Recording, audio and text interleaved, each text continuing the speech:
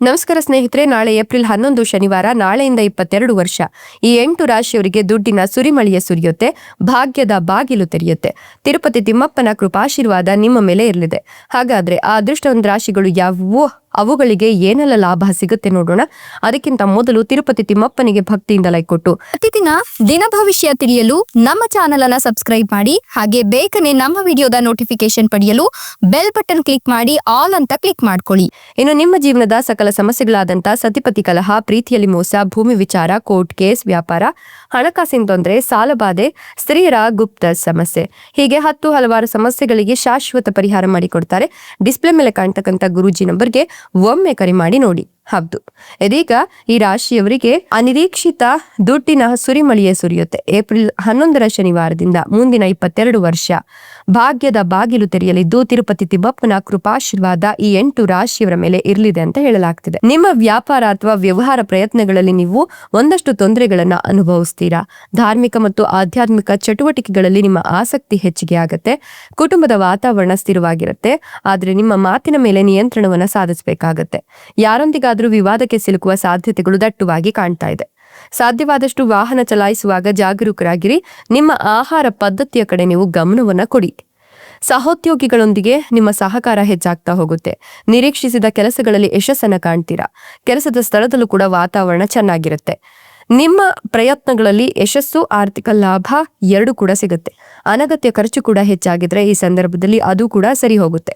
ಈ ಹಿಂದೆ ಸಿಲುಕಿಕೊಂಡಿದ್ದ ಹಣವನ್ನ ನೀವು ಮರಳಿ ಪಡಿತೀರಾ. ಸಾಲ ಅಥವಾ ಸಾಲ ವ್ಯವಹಾರಗಳಲ್ಲಿ ತೊಡಗಿಕೊಳ್ಳುವುದನ್ನು ಸಾಧ್ಯವಾದಷ್ಟು ತಪ್ಪಿಸಿ.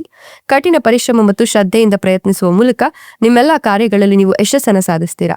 ಕುಟುಂಬ ಸದಸ್ಯರೊಂದಿಗೆ ನೀವು ಸಾಕಷ್ಟು ಬೆಂಬಲವನ್ನ ಕಂಡುಕೊಳ್ಳೋದ್ರಿಂದ ಮನೆಯ ಪರಿಸ್ಥಿತಿ ಕೂಡ ಉತ್ತಮವಾಗಿರುತ್ತೆ.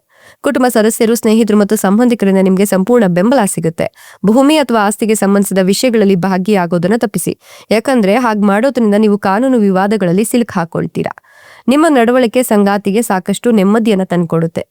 ಸಾಧ್ಯವಾದಷ್ಟು ಅಪಾಯಗಳನ್ನು ತೆಗೆದುಕೊಳ್ಳೋಕೆ ಹೋಗಬೇಡಿ, ಇದರಿಂದ ಆರ್ಥಿಕ ನಷ್ಟಗಳು ಎದುರಾಗುತ್ತೆ.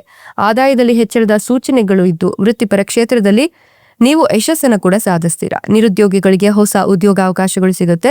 ನಿಮ್ಮ ಕೋಪವನ್ನ ನಿಯಂತ್ರಣದಲ್ಲಿಟ್ಕೊಳ್ಳಿ. ಆರೋಗ್ಯದ ಬಗ್ಗೆ ಜಾಗರೂಕರಾಗಿರಿ.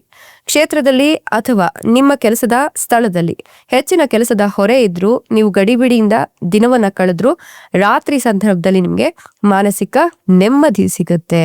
ಈ ಒಂದು ಸಂದರ್ಭದಲ್ಲಿ ಹಣಕಾಸಿನ ವ್ಯವಹಾರಗಳು ಕೂಡ ಕೈಗೂಡ್ತಾ ಹೋಗುತ್ತೆ. ನೀವು ಹೊಸದಾಗಿ ಮದುವೆ ಆಗಿದ್ರೆ ಮಗುವಿನ ಆಗಮನದ ನಿರೀಕ್ಷೆಯನ್ನ ನೀವು ಇಟ್ಕೊಳ್ಬಹುದು.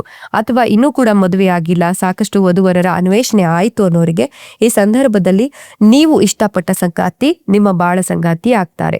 ಜೊತೆಗೆ ಪ್ರೀತಿಯ ವಿಚಾರದಲ್ಲಿ ಕೂಡ ನಿಮ್ಗೆ ಯಶಸ್ಸು ಸಿಗುತ್ತೆ. ಮನೆಯವರು ನಿಮ್ಮ ಪ್ರೀತಿಗೆ ಒಪ್ಪಿಗೆಯನ್ನ ಕೂಡ ಸೂಚಿಸುವ ಎಲ್ಲ ಲಕ್ಷಣಗಳು ಗೋಚರವಾಗ್ತಿದೆ. ಹಣಕಾಸಿನ ವಿಷಯಗಳಲ್ಲಿ ಬುದ್ಧಿವಂತಿಕೆಯಿಂದ ನೀವು ನಿರ್ಧಾರಗಳನ್ನ ತೆಗೆದುಕೊಂಡ್ರೆ ತುಂಬಾನೇ ಒಳ್ಳೆಯದು. ಇಷ್ಟೆಲ್ಲ ಲಾಭ ಮತ್ತು ಅದೃಷ್ಟವನ್ನು ಪಡಿತಿರ್ತಕ್ಕಂಥ ಅದೃಷ್ಟವಂತ ರಾಶಿಗಳು ಯಾವುವು ಅಂದ್ರೆ ಮಿಥುನ ರಾಶಿ, ಮೀನ ರಾಶಿ, ಕುಂಭ ರಾಶಿ, ವೃಶ್ಚಿಕ ರಾಶಿ, ಧನುರ್ ರಾಶಿ, ತುಲಾ ರಾಶಿ, ಸಿಂಹ ರಾಶಿ, ಕೊನೆಯದಾಗಿ ವೃಷಭ ರಾಶಿ. ಇವುಗಳಲ್ಲಿ ನಿಮ್ಮ ರಾಶಿ ಇದ್ದರೂ ಇಲ್ಲದಿದ್ದರೂ ಭಕ್ತಿಯಿಂದ ಓಂ ನಮೋ ತಿರುಪತಿ ತಿಮ್ಮಪ್ಪಾಯ ಅಂತ ಕಮೆಂಟ್ ಮಾಡಿ. ಧನ್ಯವಾದಗಳು.